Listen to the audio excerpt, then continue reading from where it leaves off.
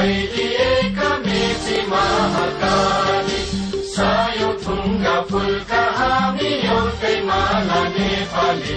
सार्वभौमै फैलिएका मेची महाकाली